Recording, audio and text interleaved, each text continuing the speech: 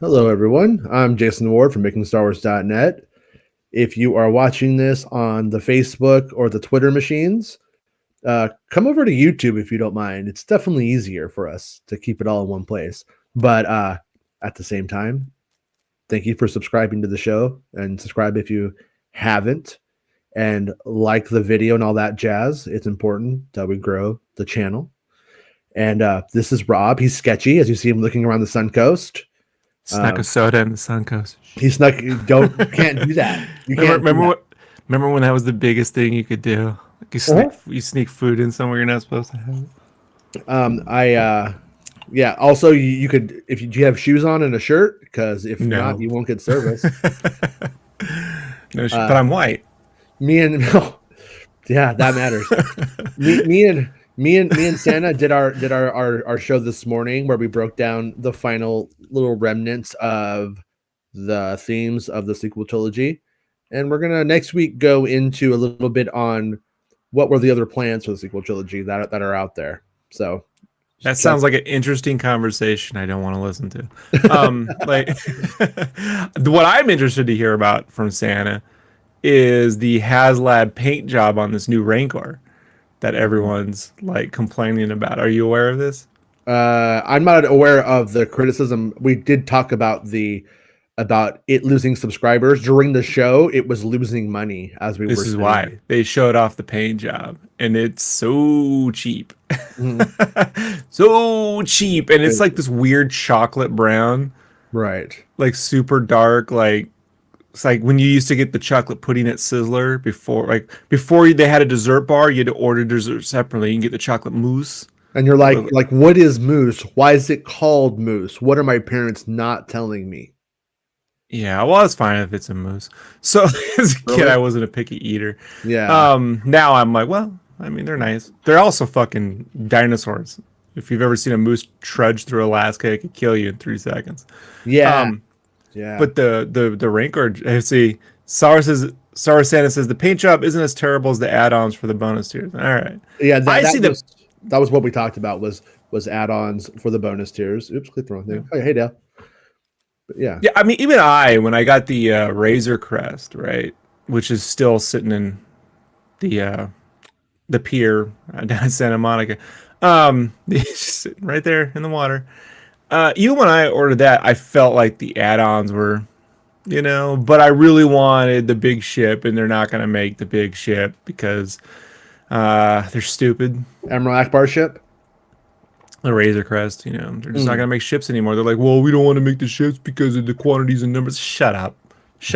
No, this whole thing, I know you said there was a reason for this, and I'm like, no, they can make the ships. They made the ships plenty their whole fucking lives. But some shareholder out there was like, we don't like overstock on ships, so we're just never going to make them anymore.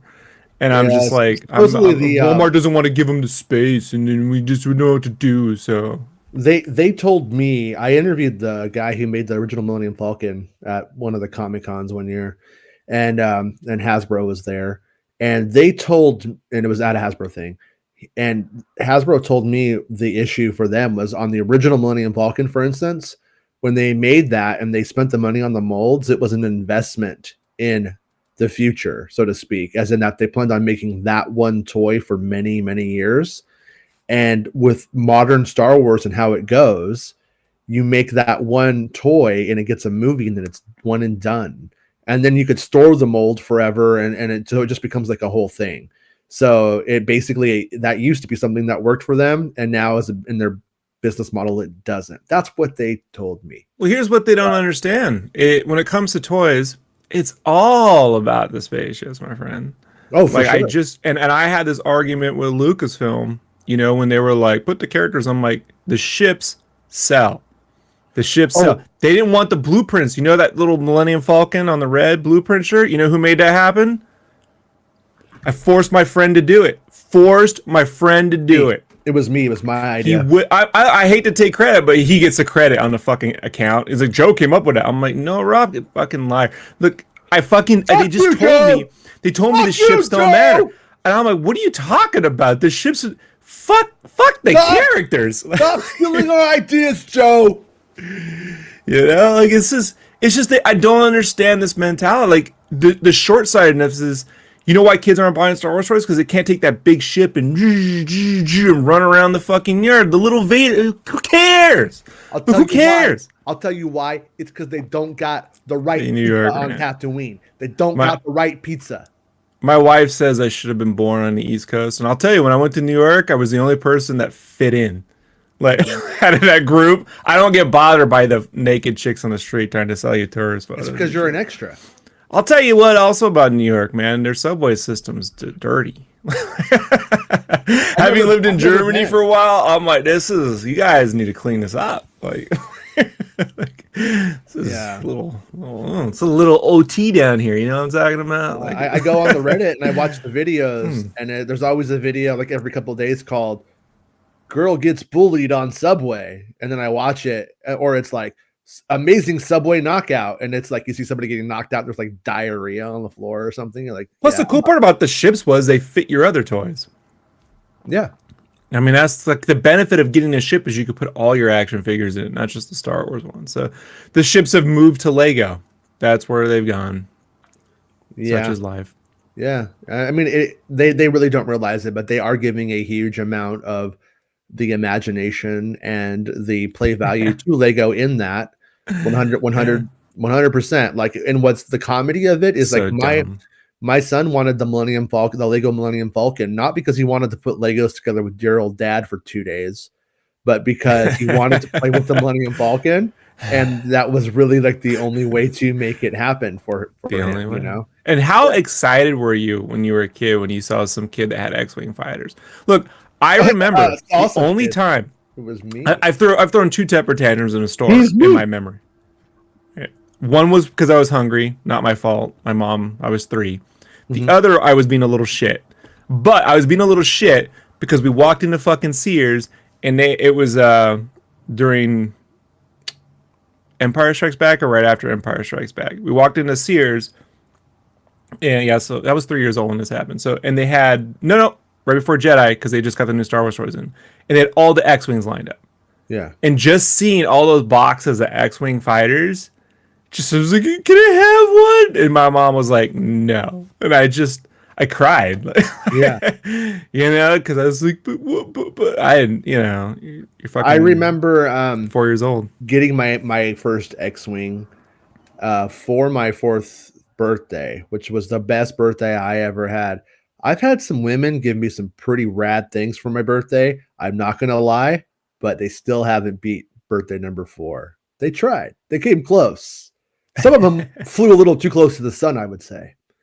Got burned. But 4th birthday, I got all of the Empire Strikes Back stuff that was overstocked, or that was, getting sent to the discounters for Return of the Jedi stuff. So it was a mixture of Empire and Jedi toys that summer. And I got the X-Wing Fighter, and what was cool about it was we opened it up and it had decals. But mine came with 2 sets of decals. Classic, brand new, off the assembly line X-Wing, or battle damaged. It's been shot up by TIE fighters. Which one do you want? And that was a big choice for me. I sat there and I had to weigh it out. And I was just like, you know what? This X-Wing's going to see more shit than not battle damaged. And I went with the battle damaged decals. You got the battle damaged one eventually. They did get me an X-Wing later that year, and my mom understood what I was doing. Yeah, because I never thought that. It's just I never saw Star Wars in stores before that. Like, it's a big deal back then. Anyhow, I think you should also bring back the micro machines, but in bulk. Don't charge people fucking $40 for 5 little fucking things. Like, yeah. Bulk micro machines. I mean, they kids today don't really play with toys, and it's going to be hard to get them back into it because they really did kind of squeeze it out and make it not fun and not really very good. And then digital toys are where it's at. My kid would rather have Fortnite skins and Roblox. Trash. Man, I just want VR fucking action figures, man. The fact that we just don't have a VR action figure game where I can buy the original action figures too, and the new ones, and put them in my little VR fucking little RTS or whatever you want. Like, I mean, if I was, It just excites me every time I think about it. Yeah. To see your actual action figures fighting, Mhm. it'd give me such joy. Yeah, Joel just said you'll always remember your first X-wing, and It's it's true. true. But I also just remembered this kid coming over to my house, and I had the Millennium Falcon. He's all, "You have the Millennium Falcon? Let's play with it." And I was just like, "Yeah, dude, of course, man. I'm Han Solo. I got the Millennium Falcon. Let's play. I don't want to play with it right now. I You want to were play one of with those something kids. else." You wouldn't let them touch your toys. No, I would let him. I just didn't want to. But I just remembered that, and I was like, "Man, what are you doing, man? You go play with When the I Millennium moved to Falcon." when I moved to National City, this kid up the street, I thought we would be friends. Right? I was like, this guy and me, we're gonna be friends. But he didn't want to be my friend, so he Oh, let me at his house the one time. He had a little sister that her and I were more friendly, right? yeah, I wouldn't say we were friends, but he's like, "Yeah, this is my room." I looked into his room, and he had every fucking toy. They had the full Voltron that all fully formed in its own spot, properly lit. He had the Robotech fighters properly lit. He had the fucking thing, the X-wing hanging, like they managed to get the hooks and hang it and shit. And I was like, "What?" He's like, "Yeah, get out, get out, get out, get out." Yeah, don't touch anything. yeah, So I yeah, don't. yeah. I had most of that stuff, and to kind of seg it into like the main topic of the day, that's what I have loved about the live action television show is both Mandalorian and probably Book of Boba Fett to a large extent. I feel like they really are playing with their Kenner toys as adults. I feel like I've said it in articles many times. I feel like a lot of those episodes are like love letters to Kenner play sessions. Like As when they actually put the Kenner toys in the show, like. yeah, almost. Well, But you know that what I'm little saying though? vehicle, right? Wasn't that little vehicle like there's that little mini tank that slides out. That's and Oh, that yeah, you know what? As a kid, yeah. that thing was like before my time. It came out before I was like really like conscious of Star Wars and alive, and I got it at a garage sale, and I had a couple throughout the years from garage sales later on, and they were always kind of like the bastardized Star Wars toy for me. It wasn't canon, bro. You know what I'm saying? Like Oh, I know it wasn't canon. None of the no, toys. it is, There's plenty but of it useless became toy stuff that wasn't canon. no, Yeah. no, I know, no, I'm saying as a kid, this is Oh, like okay. this like messed with me. As a kid, I was like, I love you, but I can't love you as much. There's this thing in the way, and it's you not being legit. My buddy Barton, who passed away in July when that episode of Mando came out, that's what he was most excited about. Same. He's No, like, I I was had that. I know what that is. Like, do you know what this is? It's like Coulson when he sees the Captain America shield in Iron Man's office. Like, you know what this yeah. is? It's Yeah. like, yeah. Yeah, when they first put it in Star Wars Rebels, and I was like, "All right," and then the cynic in me was like, "Oh, they just want to start making that toy again because they got the molds for it." But I don't know. I actually they did make it. I think I got that for my kid. It's not around anymore. Wonder what happened to it. But anyways, yeah. So here we go with some Empire magazine. Uh, by the way, I don't know anybody at Empire right now, but I do know how it. Empire. I do know how it used to work, and it used to work that Lucasfilm would bring the really good pictures out and let EW pick them all first, and EW would pick all of the good ones, and then Empire would get to pick what was left. Poor Empire. But sometimes Empire would get the more interesting pictures because EW would just go with what's going to work for the stupid freaking idiot at the check stand, kind of stuff. And anyways, though, this picture, this exclusive photo, boy, does it suck bantha balls. Yeah. I mean, kind of old. Me and Santa were talking today. And Grandpa Fett. Grandpa Fett does look better though. He looks good. He looks more. Oh, it looks fantastic. And she's always looking flying low on supply. And this It looks like guard Jason hat- Ward took the photo, like at a high angle and just they cropped it Yeah, I agree. from a parking garage. Right.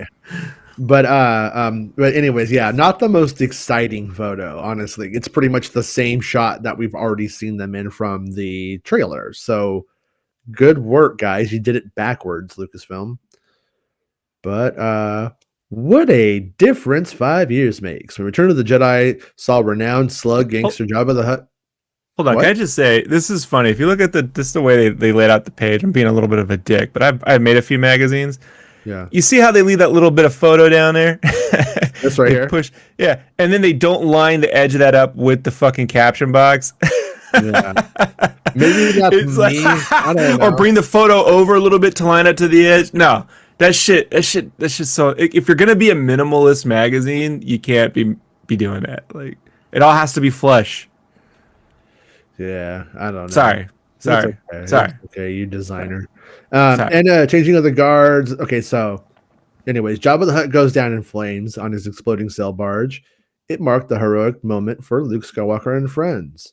And a changing of the guard in the criminal underworld of the Star Wars galaxy, blowing blah blah blah blah blah. And then Bib Fortuna comes in, blah blah blah blah. Picking up what the teaser left off, the Mandalorian creators Jon Favreau and Dave Filoni and Dr. Robert Rodriguez will depict the bounty hunter's foray into crime boss territory. Quote, there is a power vacuum, explains Favreau. Quote, because Jabba is gone. Jabba was clearly a very strong and imposing leader who people were very scared of and who seemed to rule with an iron fist. You pull somebody like that out of the ecosystem of Tatooine and Hutt space in general, and you have the opportunity that's ripe in the gangster genre. And so there you go. And then really quickly, I can't just do a view image, but here you go. Here's the actual image, the full thing. And you can see Boba with that dented ass helmet. I got to say, by the way, I've been thinking about our conversation the last couple of days about how the costumes look. And I have a theory about why at times it's not working for you. And I could be wrong, but I think it has to do with when they're shooting this shit on 4K digital cameras and digital in the prequels at times. I think that makes a lot of these costumes that would have probably looked a lot different on film played differently. Because I feel like Phantom Menace wasn't shot on digital 4K prequel. No, it's a no, material. No. That one was leather. That was. I liked Boba Fett's suit when it was all scratched up, and I love the way the Mando looks. No, it's just the materials and the paints they're using just don't have a cinematic quality to. They're very primer matte. Yeah, because I feel like stormtroopers, which are the same thing, look exactly as you're describing in digital. When I see stormtrooper shot digitally, they look weird to me versus film. I'm just throwing it out there, though. It's a theory I have. The material on those trooper outfits, the First Order troopers look pretty good. Like they use a different kind of material. Like they look pretty. They don't look as moldy. Yeah. This is fine. It's just I don't. Probably something too is you're not getting a lot of color grading here. You're just getting high noon. But I'm not talking about the lighting. I'm just talking about when you see this suit by itself. It's more of the prequel Jango Fett or Sing. Than the Empire or the Rogue One or the Mando. Let's just say Mando because those are movies, Rob. All right, then the Mando looks great. I don't know. I don't feel like Fennec Shan's costume works in live action very well. I think it works looks better. Looks a little Aura Singh-ish. Well, it just looks like to me. I just see a black silhouette of a pretty woman. Right. You know what I mean? Like that's what I end up seeing. I can't. It doesn't read. She needs a red arm. She does need a J.J. Abrams red arm. I'm big red arm. Yeah, I totally agree. I mean, everything's solved. Yeah, and in this bright sun, it just doesn't really stand out very, very well. It needs something else to it. But maybe I'm just judging it by a few things, and it'll be better on screen. So since the dearly departed Fortuna was no Jabba, Boba Fett isn't exactly inheriting the tightest ship or sail barge, and will have his work cut out trying to carve out some kind of honor among thieves. Quote, although Boba Fett is a very experienced bounty hunter, he's not experienced at running a criminal syndicate or managing forces, Favreau says. Quote, he's not normally a newcomer. He's an expert, as we see him in most areas, but in this case, he's trying to transition to another position, end quote. And since the trailer depicts Fett crunching skulls shortly after declaring his intentions to rule with respect, we can expect his actions to do a lot of the talking. So I do think, I mean, that's it's a little bit obvious, but it's also nice to know that that's kind of what we're going to see. What is Boba's actual issue? You know, in a really dumb, but what's the general issue? Oh, he's used to just being a bounty hunter, and now he's a fish out of water, isn't he? But he's also a violent maniac. So it kind of solves itself, I guess. And then is that Robert Rodriguez in the mask, like doing something? He's showing him how to do it. Showing him how to do it. He's like, showing this is how you lean physique. He's all, is this lacrosse? Is this a lacrosse bat? Is that what that is? I don't know. He's like, and Rose McGowan showed me how to do this. And then she showed me how to do that. And she went fucking crazy. She did it to all of us. Right? He's all, Boba, shave your head. You're going full Rose McGowan in this one. We'll see a lot of his true character in this season, promises Rodriguez. Seen swinging some heavy weaponry in the behind-the-scenes snap. And you'll definitely see him have to turn barbarian mode. Boba is well and truly back. So right there, he's like, Boba, this is how you go barbarian mode, okay? I think he was doing this for you because you were there that day. You could tell this is one of those, you were up there. No, I wasn't up there. I was like, it's COVID. Stay home, you freaking idiots.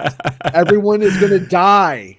How many people are literally, on a fence? Just you had to be the only person on that fence. Just you climb like Peanuts. You climb the fence. You get on there. You hold up, and you with your camera. Dude, you had to be safe. No idea what kind of morons I had to juggle in my family during the you zip tie the coffee to the fence with a long straw so you can. No, I was the pain in the ass. He was like calling you, going, "What are you doing? Oh yeah, going to the store. You got your N95 on?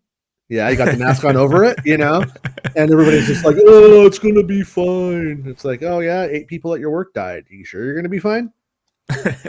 You and me both, bro. Yeah, so anyways, yeah, I had bigger fish to fry at this time, honestly. Yeah, so it confirms that what we pretty much knew from the trailer. This really should have come out before the trailer, to be honest with you. This would have worked better before. But I will take something over nothing, obviously. And the big, I think, takeaway is that that's what Boba's problem is. And we had assumptions, and I think those assumptions fed into certain outlets going, oh, well, those assumptions must be true because the assumptions keep happening. But the assumption was that it was going to be kind of a revenge tale of Boba going and getting revenge with 8 episodes. There could be some revenge in there, but I don't think so. I think it's going to be what they just said it is. What's your vibe? Do you think this is going to be a revenge story, or is this going to be an establishment story? Is this Ghostbusters Part 1? Making a revenge on who? Luke Skywalker? Luke, Han, Leia, Boba. No, I don't think he's not fighting the whole. He can't take on the whole fucking New Republic. No, of course he can. So, but it's 5 years later. We already know Luke Skywalker's a super Jedi. He's not taking on Luke Skywalker as a full Jedi. No, he's just gonna be like, I'm moving on with my life. I got other shit to do. Yeah. And so it's an establishment story because the only way to give him real conflict is to make him not, I mean, yeah, he can fight one-on-one, but how do you take on a whole criminal syndicate? Like, how do you take on multiple criminal syndicates and get everyone to do what you want, right? And then he has to deal with, plus it gives him more villains. Like, you're gonna make Luke Skywalker and Han Solo your villain in this shit. You're gonna make fucking rando crime lord that you can blow up and actually take out and kill if they double cross you, the villain, Yeah, Squid Head or something. Yeah. My 2 predictions. The first prediction, Tatooine show said, Star Wars Only said, Han and Luke are in it. I think Han and Luke are, and Meg said she saw a Hut tail.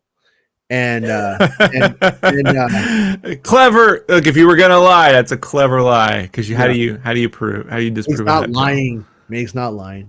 How do you? Um, Okay, if you're gonna lie about Han and Luke, that's an easy lie to catch. It's just a hut tale. It's hard to. It was yeah, there. It was in frame. It's like back. It's coming but right. Look at no. She meant okay, to. You know, maybe that's my code for prediction. Rodriguez's crotch. You know, like My prediction is that we're going to see the skiff battle reshot from Boba's perspective more, and that Han and Luke will show up in those moments, and we might see a shot or two of Jabba the Hutt in some way. And I don't know if it'll be CGI or puppet Jabba, but my prediction is it would be CGI Jabba recreating the Return of the Jedi look, and that yet the tail was simply a placeholder for reference to know where to stand, where not to for the extras. But that's just my guess. And 3PO and R2 are supposed to show up in it in one part too. Well, there you go. You definitely have them in that sequence as well. So that is my guess.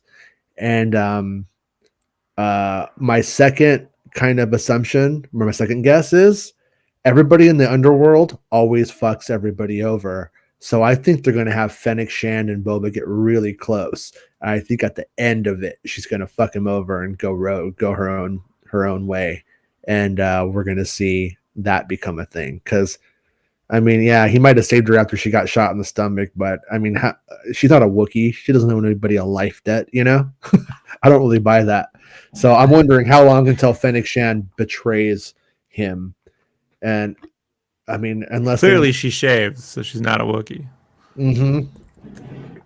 Yeah, I mean, I don't know what her legs look like underneath that black suit. She takes them off; they're all Wookiee legs. Yeah, it's probably like sweaty, matted, thick ass black. She looks like my Schnauzer when I let him out to go pee in the snow. Oh, she's all, I'm half Wookiee from the waist down. But yeah, but Book of Boba, it's looking. I mean, I think it's going to be fun. I ultimately think it's going to be just an action based thing that's not without a lot of depth, but I think it's going to be fun. Okay, so Kathleen Kennedy talks emotional Obi-Wan reunion, suggests Star Wars sequel trilogy characters could return, exclusive. And look at him, he's like, oh man, I'm not going to be doing this for another couple of years, huh? Better save my money. Okay. I'm just kidding. Ewan McGregor is successful. If there's one thing that got everyone talking on Disney Plus Day this year, it was the behind the scenes look at Obi-Wan Kenobi. Oh, you're being so nice. Look at how nice Empire is if you give them an exclusive image and a scoop.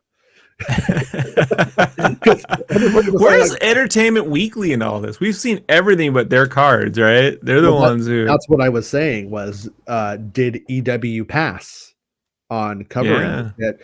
And maybe Lucasfilm was being so uptight with what they'll show, EW just passed. Just said that's no. That's possible. Or maybe EW is saving it and Empire got to go first, because classically they would let EW pick before Empire what the images were. And boy, did that leave some people salty. And I think rightfully so. Back to the Star Wars universe, blah blah blah. Having started together in Attack of the Clones and Revenge of the Sith, the blah blah blah. They're together again. Plugging the other article. Okay, quote: the thing that was most exciting was being on set and watching the two of them get excited, said Kennedy. Boner! They hadn't seen one another in a long time. I was surprised at just how incredibly emotional it was for each of them to find themselves back in these roles, and just realizing how important Star Wars was to each of them. It was Viv Fortuna? It was the beginning of their careers. So, all right. Right? Okay. Yeah, so realistically, this is, what function does this serve? This tells people who read magazines still at check stands that everything is gonna be cool. Obi-Wan Kenobi is coming back and Anakin's back, in case you didn't know. To Star Wars fans, to me and you and the people who would watch this show, this is just more crap. This is nothing. I know. It's just they're really excited to be there. They can't wait to get paid a lot of money and have their face on billboards all over LA for a week or 6 weeks. They're all family. Yeah. They're all family on this show. Yeah. It was great to be back. It was like we never stopped. Except from that chick from Scott Pilgrim. She's a homewrecker. Yeah. Like, I don't blame them. I don't blame them whatsoever, honestly. God bless Fargo season 3. It's the one time I'm like, I could see how he was transfixed. 100%. He wasn't thinking right. Honestly, I would have maybe started playing that show Big Love a lot and just seeing if she was, maybe both of them were interested in. If there was ever a season of Take Your Wife to Work, that probably would have been the season to do it. Right. Anyways, yeah, so this doesn't tell us anything. It doesn't mean anything. It ultimately it has it's no sin effects. It's nothing whatsoever.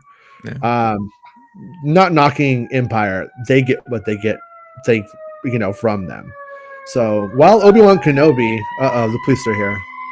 While ObiWan Kenobi is springing from the prequel trilogy and Rogue One prequel Andor bookends the original trilogy with the post Return of the Jedi Mandoverse shows. Wow, this is a sentence.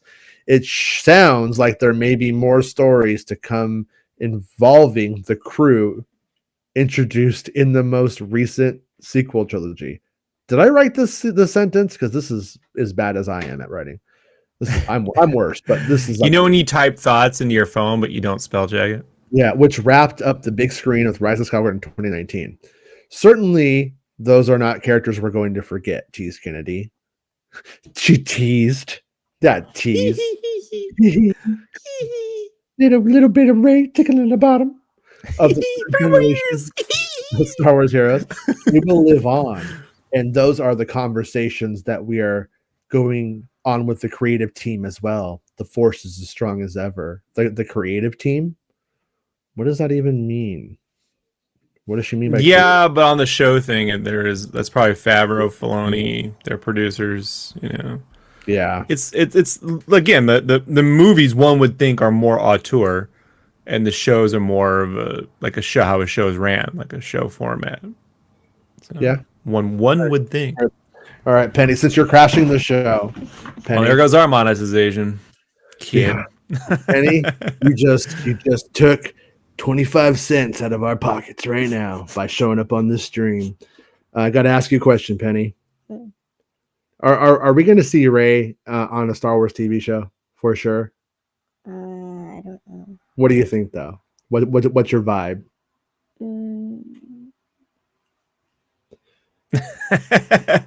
That's me. She does my thing.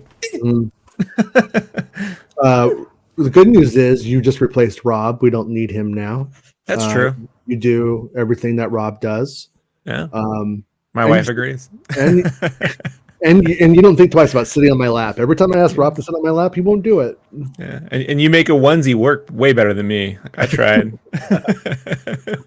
But I wish I could get man-sized versions of my Jedi onesies. Yeah. Right? Yeah. Like I want man. I know. Oh, this is just such a child. Yeah, I want to be a child. I want a man-sized Return of the Jedi onesie because I'm a nerd. I like to go thrifting. I'm a big fan of it. And right before the pandemic, my son saw a Chewbacca onesie and he picked it out and he was like, yeah, I want this. I was like, sure. All right. Got it home, washed it. He wore it a couple times. Then when he went back to school, when school was back a thing again, he wanted to wear it on pajama day. And I said, yeah, but he had grown like a lot. So he was like this Chewbacca with high water pants on, like Urkel. Hilarious. He was like a Chewbacca Urkel. But yeah. So anyways, though, to go back into the Rey on Star Wars Santa show today, when we were breaking down the themes of the sequel trilogy, I was pretty honest about what I thought about the themes and where they worked, where they failed. And one of the reasons why I think the sequel trilogy does kind of fail, it's itself and its customers and its fans, is that they knew they didn't want to close doors. They didn't want Poe kissing Zori at the end. They didn't want Finn and Rey making out at the end. They didn't want any of that stuff because they didn't want to write themselves into a story like the into final, a story. Well, They most certainly didn't want a story. That's not what they were after. No, remember Duel of the Fates at the end? You have that little farm kind of homestead kind of setting with Rey and Finn. A little new Jedi Order, yeah. Yeah. They didn't want to do that. They didn't want to write. They didn't want to commit. Why would you? Why would you want to commit to anything when you make a movie? And when it's not a trilogy, no. Why would you want to commit? Why would you want to commit to anything that you have to then close the doors on when? Why have a vision? Why care? No, it's not that. It's that it's not a trilogy, man. That's my take. These characters were not and never were going to exist in a trilogy. And so they fail their That's why they only plan to make 3 of those movies. No, they didn't. Because it's definitely not a trilogy. That's my point. That's exactly what I'm saying is you were sold a trilogy. You all fucking bought a trilogy. I didn't say that word. You didn't hear that. You were all sold that like trilogy, but in the end, it was never going to be a trilogy because Star Wars hasn't been a trilogy since 1999. It's a big leap, Jason. You're being very kind to these people. I say it's a colossal fuck up. I am literally saying that I agree with you. You have to redefine what a saga means. Look, after the Lord of the Rings films sort of like ended the 3-movie thing, being that the extended editions also they may have all been 9 movies with how long those things actually are. My 2-word review of the Lord of the Rings movies. 3 words. Sorry, I can't count. Bring a book. Yeah, well, look, say what you want. They made $1 billion fucking dollars, bro. You know, and they got a lot of people excited about fuzzy underwear, which I didn't think it'd ever be possible. So did Donald Trump, and so did Donald Trump. Do not compare the Lord of the Rings to Donald Trump, dude. He made a $1 billion. That is not the same. That is not the same. That is not the same thing. All right, cute. Very Gen X-y of you. Did you vote for Trump? You voted for Trump? No. Careful, kids say yes to everything and they have to think about it. But what? But after the Marvel stuff, man, like there's no such thing as a trilogy anymore. It's silly. It's silly to even like pretend that you're going to do 3 films. The best Star Wars the best you could hope for was just not calling it episode 7, 8, 9, just call it Star Wars Resistance or whatever, and then it's a new series of films that exist in this era. But that all being said, man, look, we can complain about this all you want. The reality is now you got the TV shows extending character storylines beyond the sagas, right? And Boba Fett and Andor are really the first 2 films that are doing that. Like Andor's extending it before he dies, and Boba's movie's extending it technically after he dies. Because for all intents and purposes, Boba was considered dead. I know you go to the EU. George said he died, and then he didn't die. He was pretty much dead. He didn't come back at the end of that movie to help to help Darth Vader out at the very end. You know, like he was dead in that film. So yeah, no, I feel like the trilogy ended. I mean, the only trilogy I have that's still standing right now is Back to the Future. That's the only trilogy that is left. Sad. And it's great. It's fine. It was fine. It was a trilogy. It's all we needed, right? But Indiana Jones was never even in trilogy structure. Back to the Future was and is, mixed by the 3rd one. Ghostbusters, I guess, never was a trilogy, and Star Wars was 6 films by 2005. Lord of the Rings is a trilogy, but it also has The Hobbit. And well, it made the mistake of like so many do, trying to make the prequels. You add way more than you should. Don't stick to the plan. Yeah. No, it just ends up. If you're going to have a living saga, you are aware of this though, you're not going to cut off Rey's arm. They didn't cut off anybody's hand in this. Yeah, you do. You do whatever you look. You're ignoring what Rian Johnson does, and that's you write yourself into a corner. You write everything you can into that film to give the film some weight, something to say and do, to be like, where do you go next? You don't drag it out, bro. No, you're talking film, and I'm talking character, though. They didn't do any of the like Rick in Walking Dead, where they cut his hand off, and then now for 5 seasons they have this problem that homeboy doesn't have a hand and they have to pay for that. And I'm certain that is where we can see the difference between what someone would write and what Lucasfilm would approve. Exactly. That's the West End games, and I don't agree with it. No, I don't either. I would really rather have a trilogy and all of the characters die if they need to, than have them go on into nothing. But they do it. They have made some collectively, and it's a bunch of writers in different productions, so it's easier to criticize the whole thing as being one unit when it's not. But it's so strange to like kill Thandie Newton, who is like a character who like was introduced in there and would have had a bright future in side films. And who's literally was on fire on Westworld. I mean, like breakout star of that show. Yeah. And I had at that point been like, what happened to the chick from Mission Impossible 2? She was my favorite part of that film.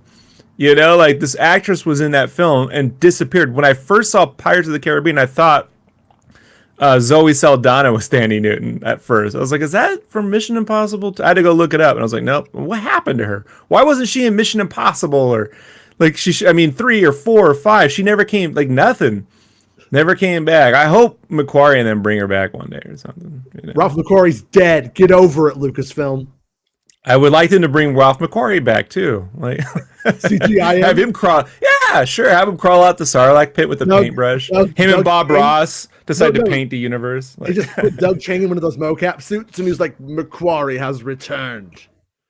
And he's just like, yeah, everything I do is McQuarrie, accepted. It's great. Everything's good. But Doug Chang's brilliant illustrator. Oh, completely. Doug, I just need to make sure we're not making fun of Doug Chang. He's my favorite of him. He's my favorite of the prequel artists. I'm making fun of the Lucasfilm. Let's use every idea Ralph McQuarrie ever had. He never had a bad idea. And he did. No, he had ideas that didn't fit, and but they'll use it. They'll use it in the holiday special. They'll use it. They'll use it anywhere. I mean, yeah. But let me see. We were going to have Max is here. I don't know how long Max has been there. I've been waiting like 10 minutes. So I don't teach you. Still can't even see Max. Can't see you though, Max. I see Max in the preview. Well, I'm going to bring Max out and put Max back in, but I can't see Max. Really? Oh yeah. No, it's on. Shit. Oh, there it goes. Now you're on. There it goes. Now Max is on. Yeah. It's Melon. Sorry. No, I think it's Max playing hard to get with the audience again. It's like hi Penny. Max says hi Penny. She can't hear because I have the headphones on. Got it. Yeah. Sorry, I'm late. No, it's cool.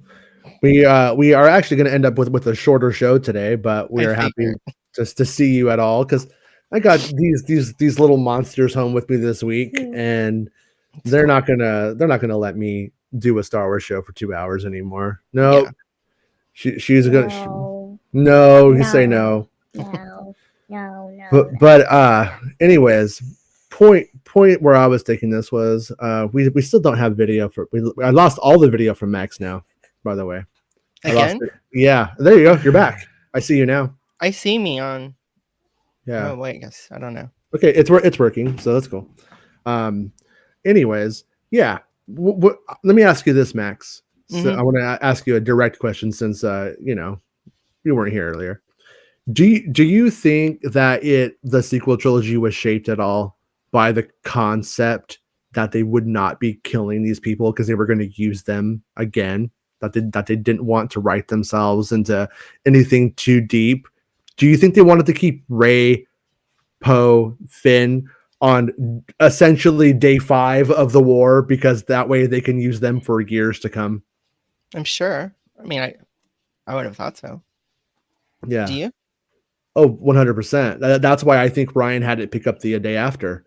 I think Ryan, any issues that Ryan would have had with the sequel, with jumping off from The Force Awakens, he could have fixed most of that stuff by having a few years go by having it be 2 years later. Or I have even better. The way he could have fixed it was have two timelines going in the movie and not tell you. Yeah. So when she's with Luke, that's the day after, but the stuff with the Resistance is actually a year after. And so she's on the planet with Luke for a year. When she gets off, she meets up with them and the timelines merge. Yeah. Yeah, they would never is a sign of creativity, creative stagnation. It's like, well, no, it's like Empire Strikes Back, like the West End Games thing. How long was Luke there? Oh, someone thought 6 months. I think we had in that thing. It's like to me, you know what? It was a couple of days because you know what? This shit isn't that complicated. It's magic. Just leave it at that. It's magic. Don't you touch the microphone. Yeah, but I feel like when you can see yourself using Poe Dameron in 15 different things down the road, you want to keep the character in the archetypical mode that you created him for, or her, or Rey for in that instance. Like you want to be able to play with those ideas and not to move them past the ideas that you want to play with. So like if Poe Dameron is becoming a leader, and by episode 9 he is the general, he does lead the main attack, but you know what, when we see Poe Dameron again in the next thing, he's going to be dealing with the same exact problem. Now I'm a leader in the new Republic, and can't wait, that'll be exciting. But that's what Marvel does, and idiots love it. They lap it up. No, it's different. They give them something to do over time, bro. They have the difference is, you're getting 3 other films in which they're going to fucking appear and do shit. Lucasfilm's like, hey, we're going to make you wait 20 years and then we're going to do something.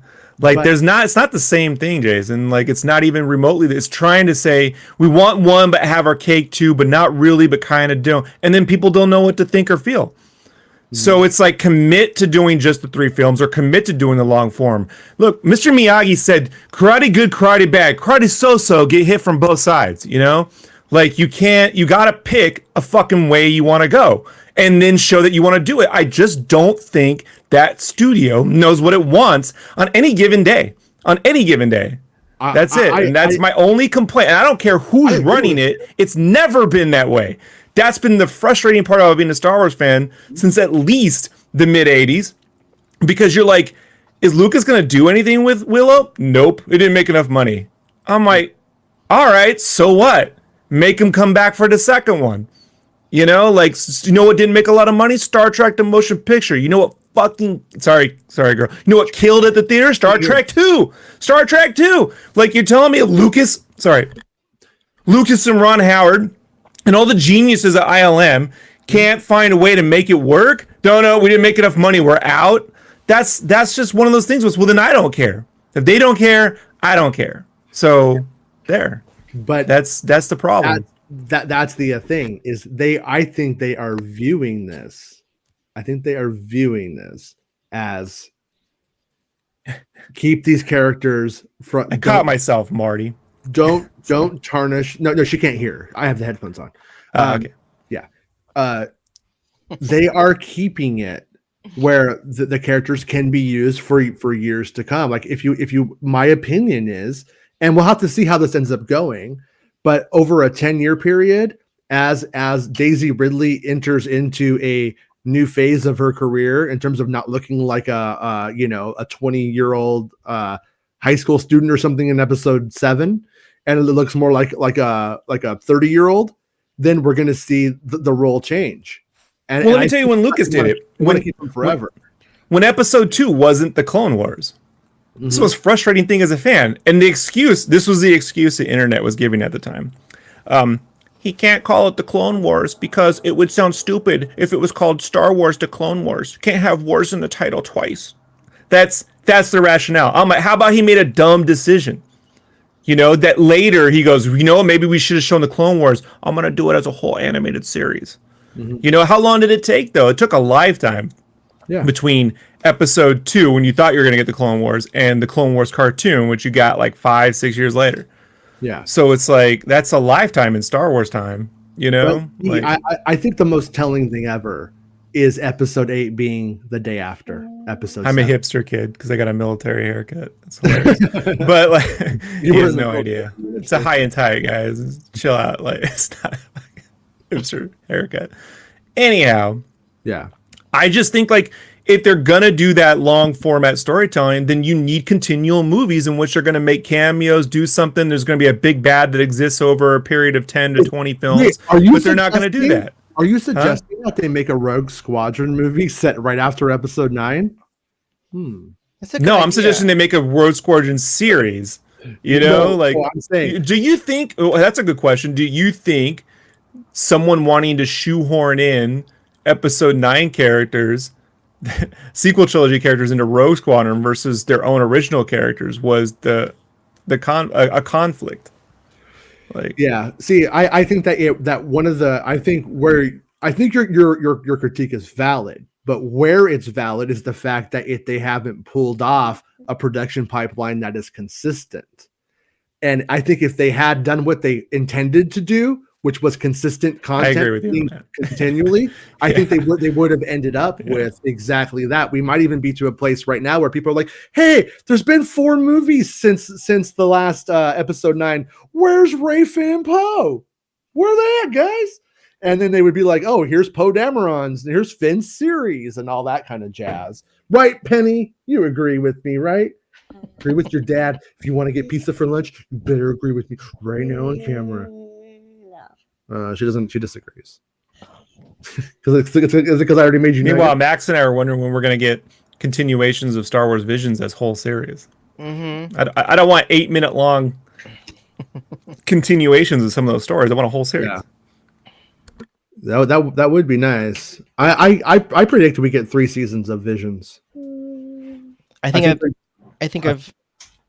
well, never mind. No. What? Say it. No. Don't be scared.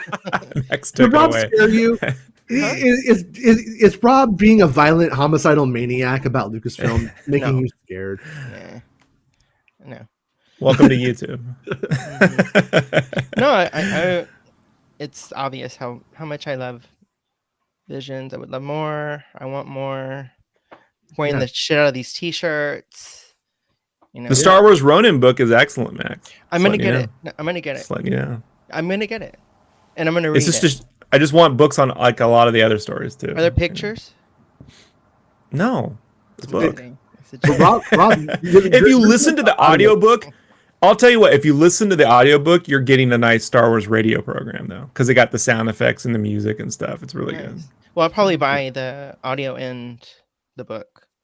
Yeah, going along with it. You could turn the page when R2D2 beeps like this.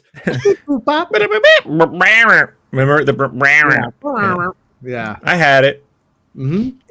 Like I said, that my first big fan misconception as a 4-year-old who couldn't watch A New Hope every day was something about Luke being a farm boy, and then it's saying, "Little did he know the key to his dreams was only a few miles away." And I'm like, the key to his dreams. It must be a key he opens from his farm in Kansas, like Superman. Like the Fortress of Solitude. Yes. I literally imagined the Flash Gordon backstory where the quote farm boy ends up in the Star Wars universe. In pro football? Well, farm boy instead of a football player. Okay. Yeah. All right. It made sense to me when I heard that weird use of metaphor or whatever. But yeah. Metaphor with 5-year-olds. It's not a good idea, is it, Penny? I don't know. I don't know. I do not know. Stop trying to bite me. Like you're trying to bite me, little salacious crumb. Yeah. I feel like Jabba the Hutt right now. And you're my salacious crumb. Yeah. Yeah, I'm gonna bite my tail.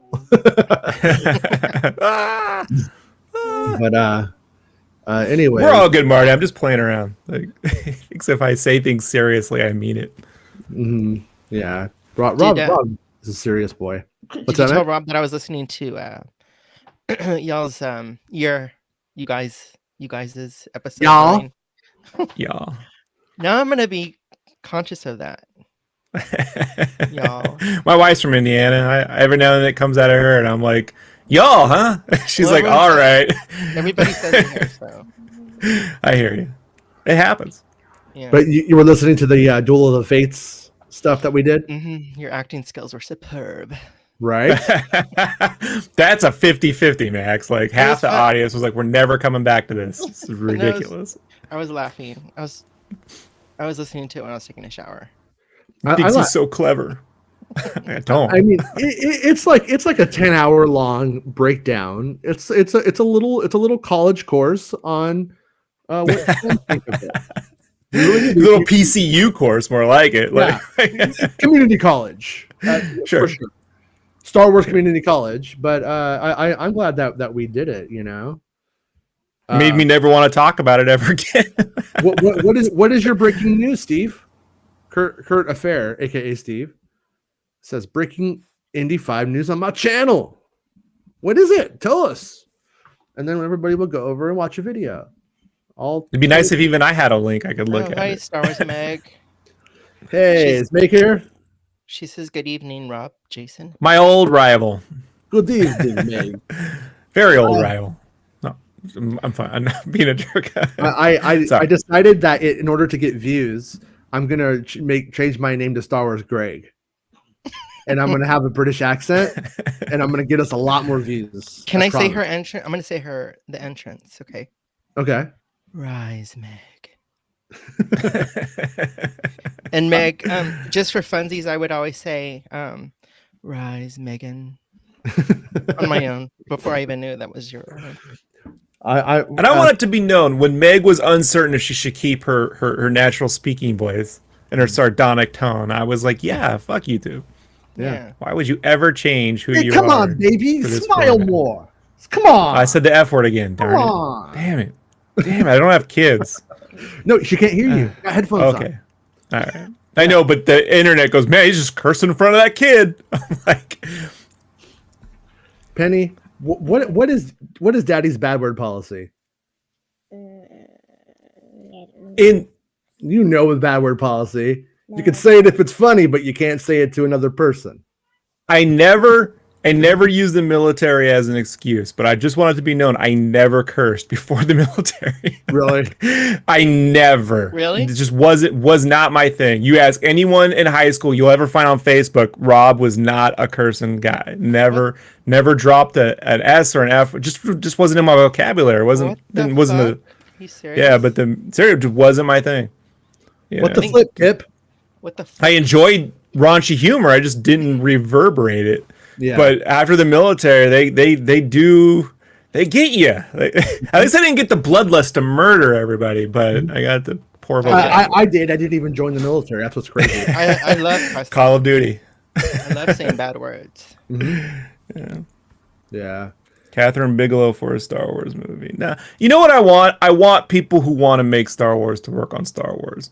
That's it. I don't like this. Do we have to ask, the biggest talent we can think of, in whatever genre? Do you want to make? It's like asking them to make a superhero movie. I find it to be rude.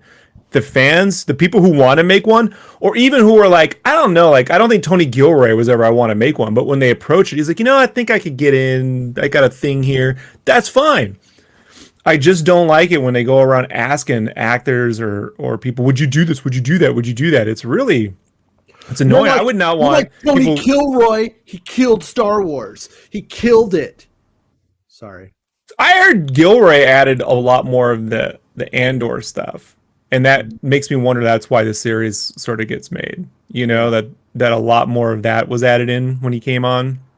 It was more Jyn focused originally. Jyn Erso focused. Yeah, she was like I liked when they had Jyn being more of like a punk rocker. You know what I mean, with more of an attitude and all that. And Internet didn't. Yeah, they were like, "What? I don't want my pretty white women back talking me." And I'm like, what? I like a little bit of fight in them. Like who wants a Princess Leia who's compliant and British? I don't. I want Princess Leia talking to me. You know what I mean? The one thing I love about Goonies, the kids curse. Yeah. Chuck. Oh shit. Yeah. Right up in the front. But one thing I wanted to say, Rob, what is your, do you like, are you staying away from Ghostbusters spoilers? No, I don't care. Look, here's the thing. Since I am willingly not going to a theater, then I have to accept any spoiler that comes across. That's the trade-off. Like, I've let it go.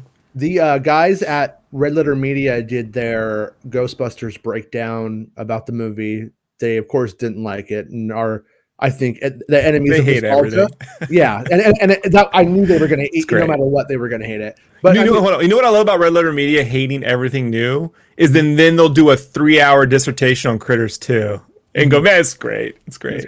And they're honest, it is great. But had Critters 2 come out now, they'd be like, this is everything that's wrong about cinema. No, but great. One of the things that they brought up is that the main character in the new Ghostbusters movie has the Rey issue, and the Rey issue is that she already comes knowing science. She already knows how to fix the Millennium Falcon. She already knows how to fix the proton pack. All of that kind of stuff right there. But the I think, like for Rey, her issue was, I need to overcome my mommy and daddy issues and understand that home is the home I make.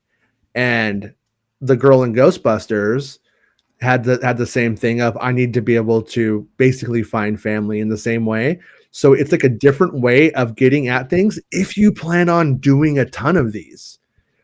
I'm not saying I think that they will succeed in making more Ghostbusters movies anytime soon after the fact that it took this long to get 4 of them. I have no faith in Ghostbusters happening. But I think that if they are designing these characters and these arcs like they're in a TV show, not like they're in film. Yeah. But then that dilutes that you pan into sorry, Max, I'm gonna cut you off. Go ahead. No, go ahead. No, go ahead. But you're putting it into well, then it's not cinema, it's just long form television. And what we want is cinema is complete and closed storytelling that never goes anywhere and only does one thing, and a character learns everything through a montage, by the way. Look, I think we're forgetting the montage was invented to cover this ground of how does Rocky get good enough to fight someone, and he hasn't been training or doing very much for the better part of the entire movie, like. Yeah. But that's exactly there is really not very much difference between TV and film anymore.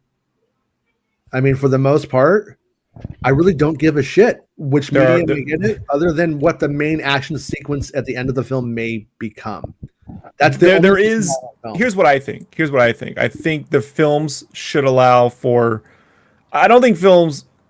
Okay, I got to be careful if I say it, because if I say I think the film should be the big spectacle, then I'm saying that you shouldn't have a small film. I'm not saying that. Yeah, but if you're going to do a Ghostbusters series of films that are going to go over a few films, then I think you got to, get those into production in a responsible manner. Don't expect people to wait 3 or 4 years for the next Ghostbusters film. They need to be out every other year at the latest.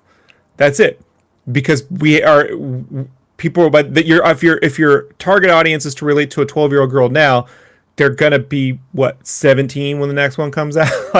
that's a lifetime in the movie theater. Otherwise, commit to a TV show and do a whole season, where you get like a Stranger Things 12-episode arc or 10-episode arc where you can, and then if it takes a couple years, at least you had 12 hours to hang out with those characters. I think it's just hard to, if you want a character to go over multiple films, it's hard to get to know them, and when you only got like 2 hours and you have to wait 4 years for them to come back. Like, it's ridiculous.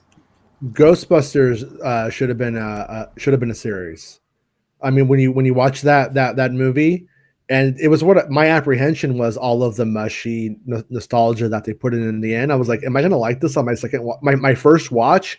It was good. I enjoyed it on the first watch, but I knew it probably wasn't going to work for me on like my third or fourth watch. It was going to have diminishing returns, and that is the whole thing. Is I feel like these characters are handled like TV shows, and I honestly disagree with though about Marvel.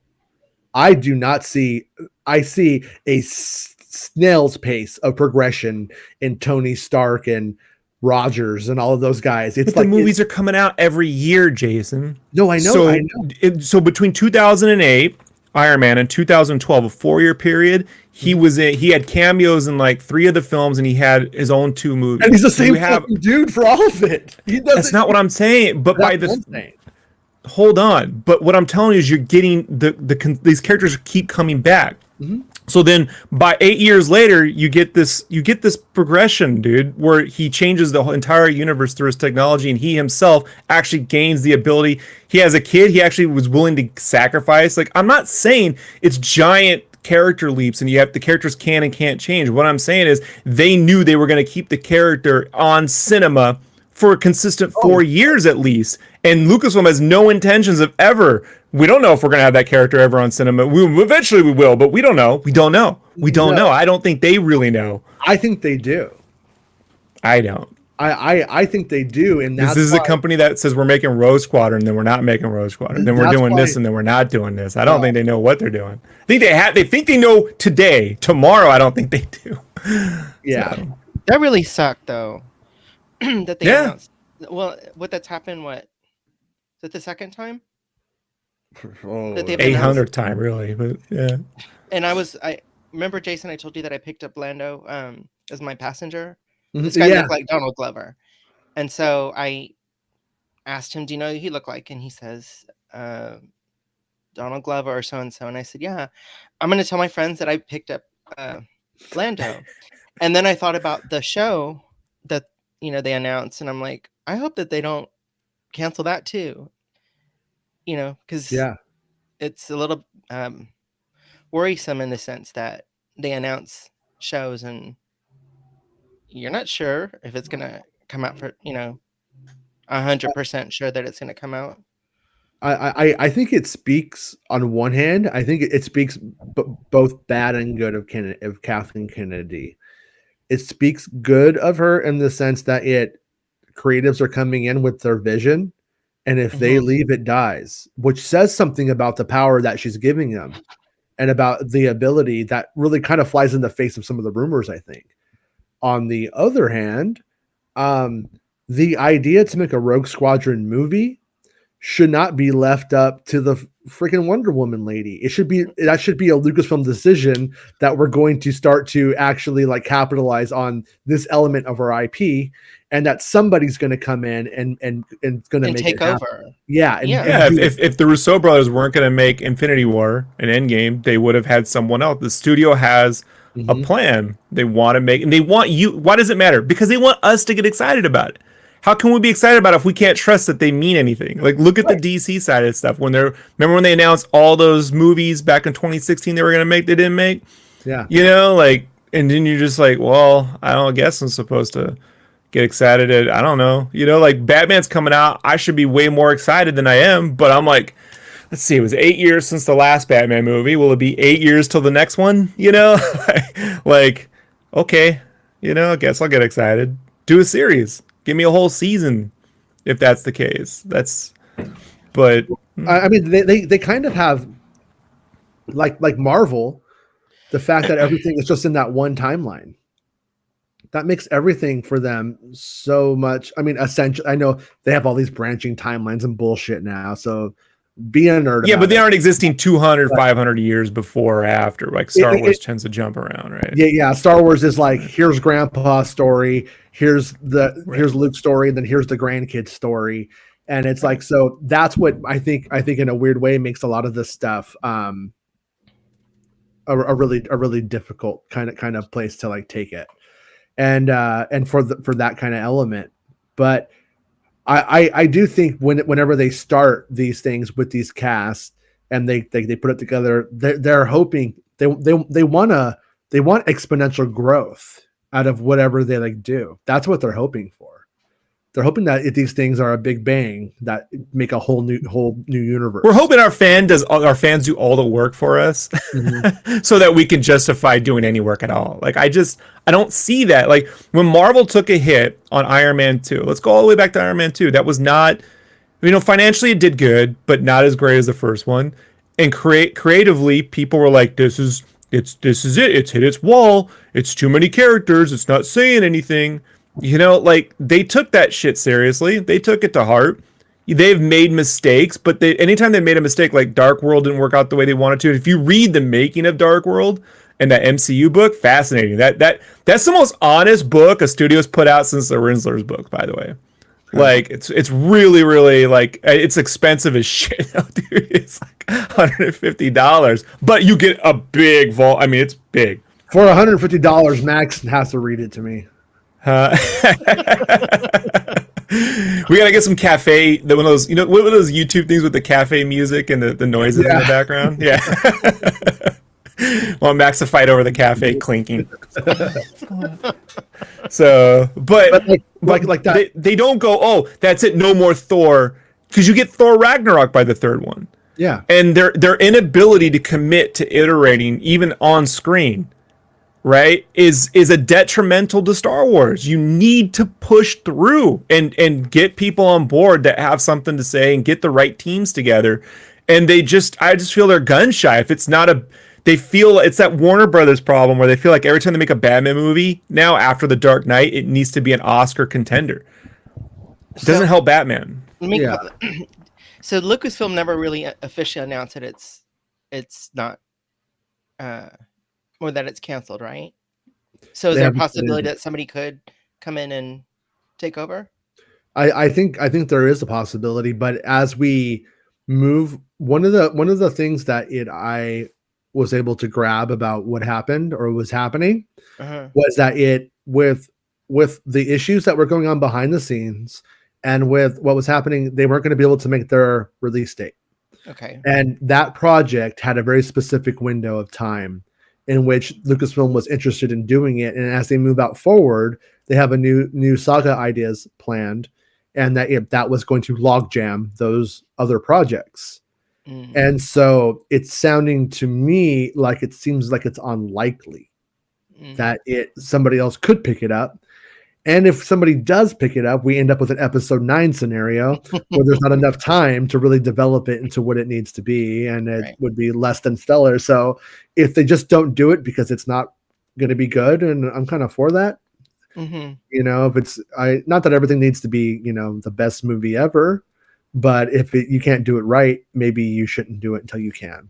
That's kind of where I think. I know, but they have access to so much talent, man. This is freaking Lucasfilm. This is not indie. Look, if A24 can get these movies out at a responsible time and budget, what is going on? And I'll tell you, it's fear. It's fear of making the wrong decision, man. Like, it's just fear. Paralysis by analysis. And perhaps they should limit the budgets. Like, don't make a $300 million Star Wars film. Yeah. Force them to work on a Deadpool budget. Sorry, like force, you know, because look, Deadpool, man, 70 million, then what, 100 still brings in $800 million worldwide. It's a good return. Plus merch. Just the amount of if pre-production that has gone into what they probably already have something somewhat solid, you know, for that just to be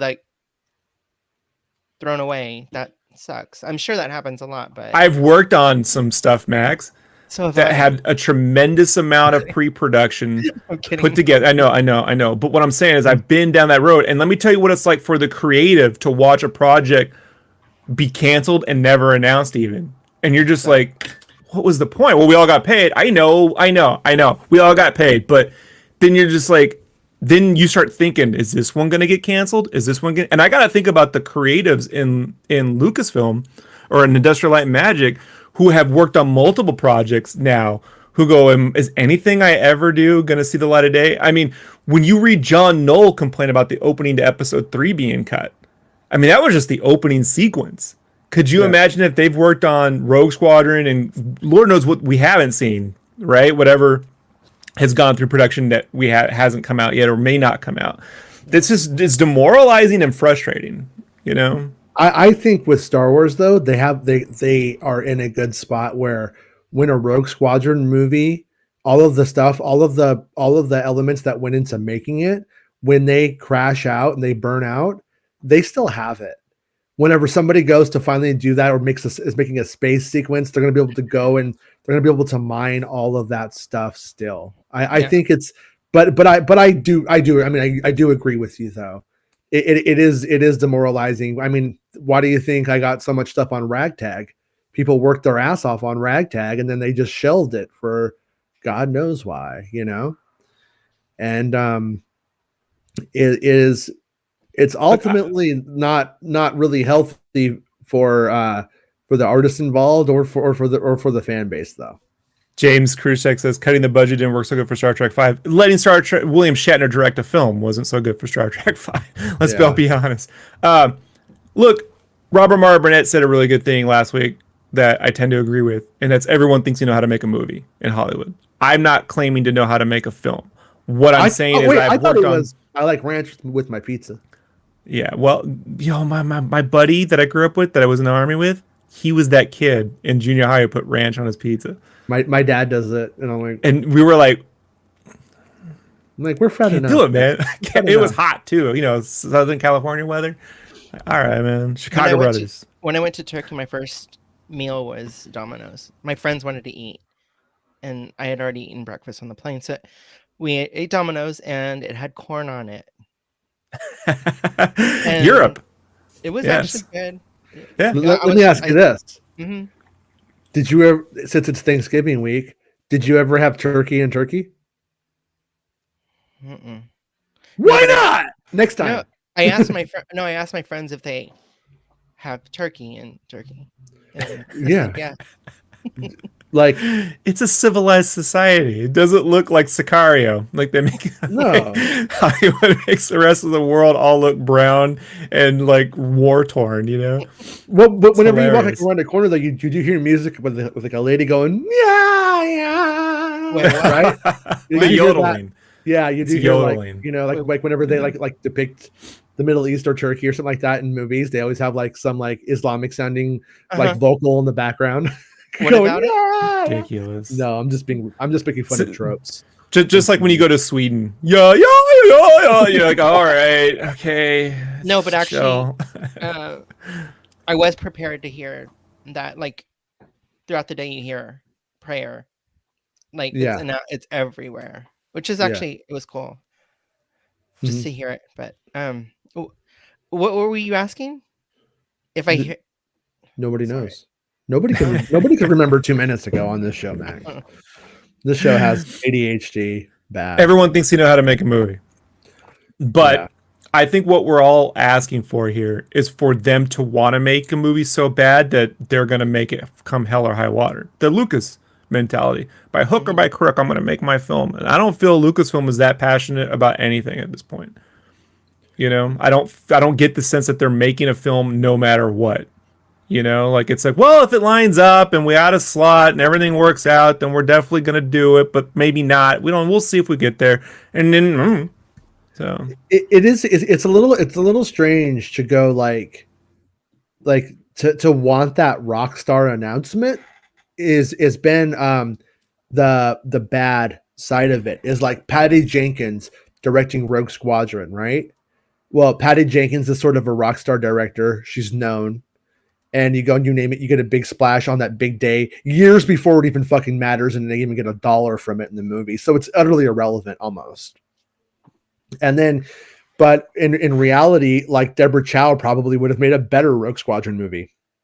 Why not just hire Deborah Chow from the start and get Deborah Chow in there making the Rogue Squadron movie as opposed to the Rockstar J.J. Abrams style announcement? Somebody has to come in. Someone has to be able to easily come in and just pick up where she left off. You would think, but it's you don't think so? No, you would think, but we don't really like a lot of it. There could be other issues there. Like for instance, if it's her story, or what if she says, like, and then they have to pay her for the story, and this is my story, and there might be that. Yeah, there's a lot of like legal to it. You are currently listening to the Duel of the Fates script. So let's just talk about that. We already have a case example in Lucasfilm history with a complete script to look at, in which you could say, why can't anyone just pick the script up and run with it? Oh. Well, there's a bunch of problems with that. One, I got nothing to do with this, so why would I want to put my hand on this thing? And then all the hate that comes through with it, plus the Writers Guild rights, the screen. There's a bunch of credits and things that go on with that. Two, perhaps I think it's difficult to say I want to just come in and make someone else's thing, because then you're like, I don't know why this scene is happening. Why is this scene happening? What is this happening? What is the script analysis for this? Well, it's because a lot of those things that are in the script, when they're being written, sometimes they're in the heads of the person who wrote it, and then you have to come with the conversation. What was this? What was that? What was this? What were we doing? And Trevorrow also had a hand on the script, so part of that might be Trevorrow's shorthand. So another director, let's say they just get Taika, you or Favreau, you come in and direct this. Well, what is it exactly? Well, what was the point of this? Even though they did that with like Solo, there's a bit of a buffer because they haven't started filming it. The difference there is Kasdan wrote the script with his son, and the theory is that they didn't feel that what Lord and Miller were doing was staying true to what they wrote. They wanted their script shot the way they wrote it, so they carried through the separate director. That Lincoln. Yeah, what producer. was you don't hire Larry Kasdan to write Star Wars lines to have people improvise his lines. Right. That was which might have turned out to be a more fun film, honestly, but that's the theory, and I get it. I understand it. What's the point? But hashtag Making Solo 2 is my identity now. So sorry. Is what? Nothing. I'm just being wise. Yeah, he's being wise. So I think it's funny when people on Twitter pick up lame fan causes like make Solo 2 happen. Like the make Solo 2 happen thing is just so irrelevant to get anything done. No, you need to. It needs to be. They need to push hashtags with Kira, hashtags with young Lando, young Han Solo, things like that, because they're never going to make Solo 2. That cause has no end game, because even if it's a mistake though. It's a mistake to say we won't make a Solo 2. Because you could say we'll keep it on budget. Now we got a fan base, and let's make another one with these group of people and get more excited about it. Like, let's iterate. Let's Thor 3 this thing. That's a studio that just wants the immediate win, and they don't want to take any flack from. And if it does get flack, I don't want to deal with it. Like, this is something that Marvel's weathered really well. I mean, they have not had a win after win after win. Iron Man 2, look, who went? I was one of the few people who went to the theater to see the Incredible freaking Hulk, and a lot of people are like, this don't work. CG's horrible. Now people are like, I like Ed Norton. He was a better Hulk. Like, it's funny how that works out. But they used Hulk again in the Avengers, but they worked it out, right? They worked out the look of him, the tone of it, the whole thing, and so. But nothing was broken about Solo other than the release window. And that's the whole thing. Nothing was fundamentally broken. So bring them back. Like, you've given it enough time. Now, if they said we were replacing Rogue Squadron with Solo 2 in that 2023 slot, one would hope they'd have a script. For the love of God, they weren't writing that in 3 weeks. But he's there.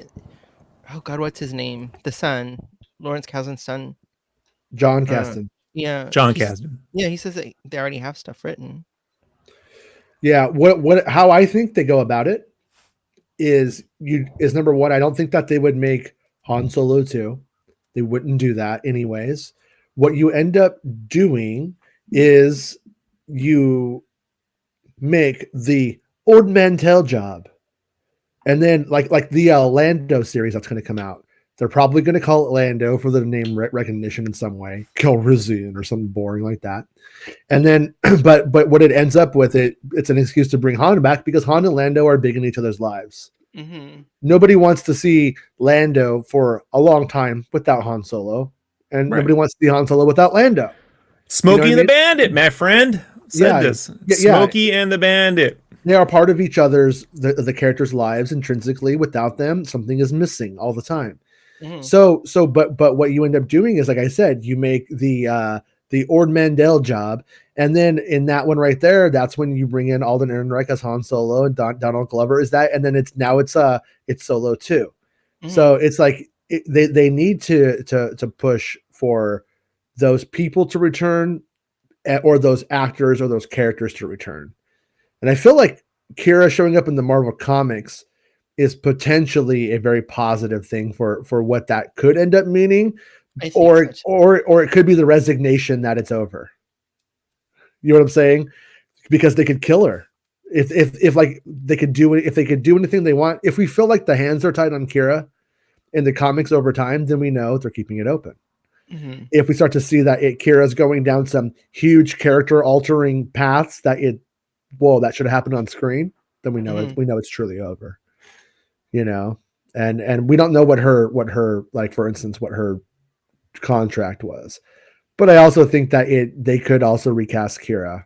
If it's Kira post Return of the Jedi, just like how Harrison Ford is Han Solo in that era, they could do something like that with Kira too. So it's, but yeah. Hey man, be passionate about what you're working on. You know, as a studio, have some foresight. Don't just be like, I guess this year we're making Disenchanted. I guess next year maybe we'll make something. Maybe we'll make a Frozen 3. I don't know. Like it's just whatever merch will sell. That's not a good plan. You know? Yeah. It's not a good plan. James says Solo was one of the only times they could have lifted material from the EU. Huge missed opportunity with adapting the Solo novels. Man, I agree, James. The AC Crispin novels were the place to pull from. Like, okay, I did buy 2 of those. Yeah. And I started reading the first one, and then I told you my attention span's low. I am gonna go back and read the rest. If you can't finish a book, Max, I can't help you. They're all 300 pages long. Perhaps you need the illustrate. I'm not making fun. I'm just saying, like a comic book, you need the pictures, right? No, I'm not. It's just if you know you can't read a book, don't say the story isn't good because I can't. Okay, it's unfair. Like when I read Memoirs of a Geisha, I couldn't put that book down. Like I was reading hours before I went to bed. I don't think any EU novel is a film book like Memoirs of a Geisha. Yeah. You know, I was reading from Here to Eternity or Once a Future King. You know, it wasn't the same as reading Tales from the Cantina. Like, I get it. Like, I'm trying to put a point, and I have read Star Wars novels before. The AC Crispin stuff was great prequel style stuff before the prequels. It's not. You don't film them as is. It's got a lot of dead zone and it's got stuff. But if you look at Solo as a little kid, growing up with the Karen Allen like figure in his life, you know, joins the Jabba guys and joins the Empire, that goes meets the Wookiee. It has a great Kessel Run. Like the things in there all work. It's just that you would want to adapt. It's more fun. And Solo, man, just gets really depressing sometimes. It's like, well, no, that's where I feel sad like Solo. I hope. I mean, and I do think that they were going for that at times, but it ended up not really being as overt. Things like that crystal skull showing up and just like throwbacks were in there, but nothing. If really Solo is Star Trek the motion picture, Solo 2 needs to be Wrath of Khan. Yeah, you know. Well, it needs to be a television series. Taika, fix it. He can fix everything.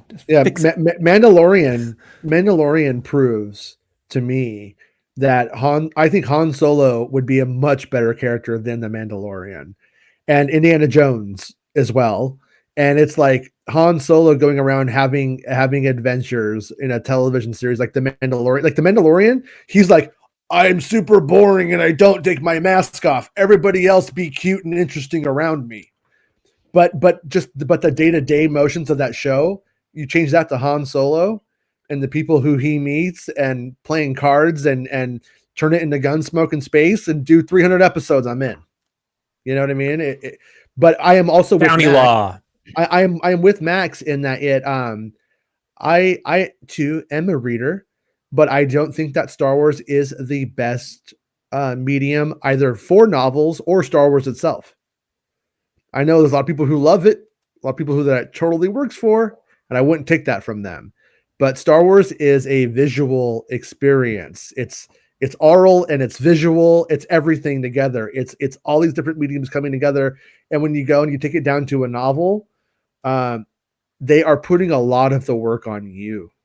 You're having to hear the John Williams music in your head. They don't describe what a Quarren is the fifth book There's like, and then 2 Ishi Tibbs, a Quarren, and a Snaggletooth walked by, and he was like, "Wow!" And novels have downtime. They have downtime where in the way that a film doesn't. None of the novelizations of the original trilogy movies were exactly like the film.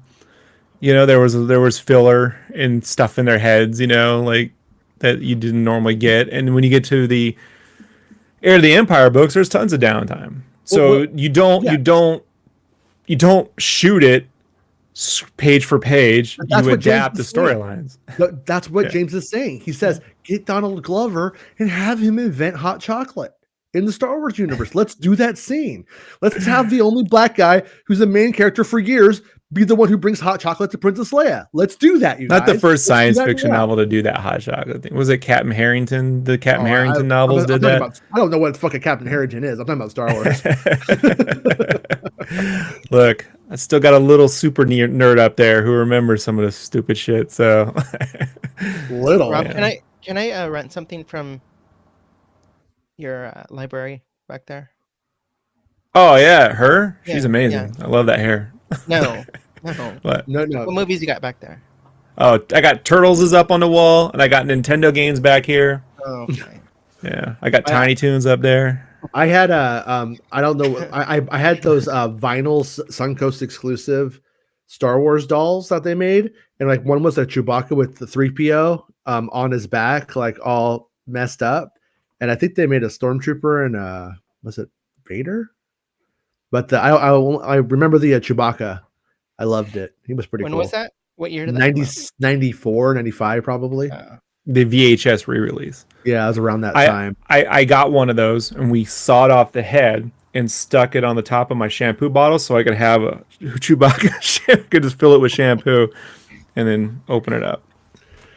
I'll never forget the time I walked into Suncoast on acid and saw a giant, went back, and then there was actually a giant man working there. He was about 6'7", 6'8", and I thought it was the drugs. The Twin Pines Night.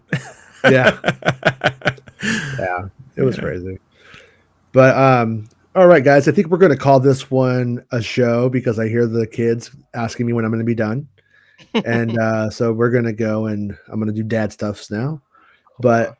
Yeah, but we had a little bit of Star Wars news today. We had a couple of new pictures from Empire, and that's cool. Make sure you guys go over to Empire and read the article on their site and check out the picture on their site rather than on YouTube, so they get some love. A real fan would read the whole thing, right? Yeah, instead of going blah blah blah blah blah blah like how I do because I know what they're going to say and nobody cares. But yeah, everyone's super excited to be back. Everybody's glad to be back. Hayden Christensen and Ian McGregor are like brothers. It's so amazing. It's just so dense. Ewan is so dense. He fills the frame. I'm still waiting for. They just picked up right where they left off, like they never stopped. You guys, like he never stopped. I mean, he still owes him $20 from the last time they were playing the dozens and he lost. Turns out Ewan can really cut you down. Ewan still chubs up when he calls him master. It's weird. It's like it was yesterday. Sorry. Yeah, good time. This time we don't have Natalie Portman bringing us all down.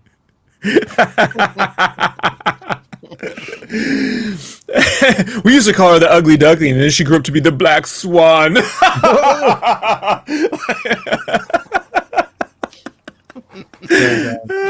So dumb. All right, everyone. Thank you, Rick McCallum. Leave any Junior comments, concerns, complaints in the comments below, and we'll try to get to them eventually. And make sure you like the video and subscribe to the channel and all that jazz. Become a channel member or a Patreon supporter if you want to give me your cash so I could use your money to buy drugs to build the Suncoast and go back and trip in it. That'd be great. That's a goal. Or maybe take this bitch to 1080p. If we end up getting enough subscribers eventually, that's another goal, is to be able to have the show pay for itself. And 1080p ain't cheap. For some reason, 720p is like $10. 1080p, they're like $50, man. It's not worth it. It's barely worth it. It's not worth the 1080p. But, just give Jason more money. That's cool too. Give Jason more money, and you're gonna get more quality content. I mean, if I make enough money, we're gonna send Max to Turkey to have a turkey sandwich. That's another goal. Donner, turkey Donner. It's like the Donner party, but in Turkey. It's my favorite Turkish food ever. I mean, I lived off Donner for the better part of 6 months when I first got to Germany because I had this great Turkish deli, you know, and I was it's so good. They have a big community over there. Yeah, yeah. Turkish delight. Anyways, thank you, Max, for coming and hanging out with us. Sorry thank you, Max. I hope we didn't. I hope we weren't yelling in your face too much today. Okay. No. And then come back anytime whenever you want to hang out with me and my sketchy friend Rob. We're always happy to have you on. And we'll look at that sketchy face. Look at it. You know it's up to something sketchy too. Real design. It's like a second soda in the sun because I can't. Wait, are you drinking is that a normal can or one of those little tiny baby sodas? Oh no, it's a normal can. Oh, okay. It's a Gosling's sugar-free ginger beer. At first, I thought you had one of those little tiny half cans. Ginger beer. Little like ginger baby beer. can size. It's not. It's like a Canada Dry or whatever. It's a Harry Potter butter beer. You weirdo. It's not non-alcoholic butter beer.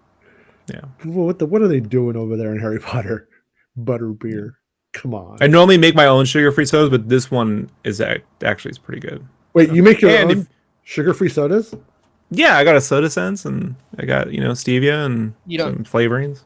You don't have sugar normally? I try to limit, big time. Cut that out of my life a long time. I still enjoy, but I just not every day, and I'm certainly not in sodas. Just empty calories. What's the point? And before we go, Tail says Rian Johnson is for real terrific.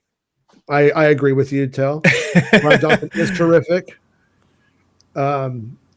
Yeah, Can't wait for Knives Out 2 and 3.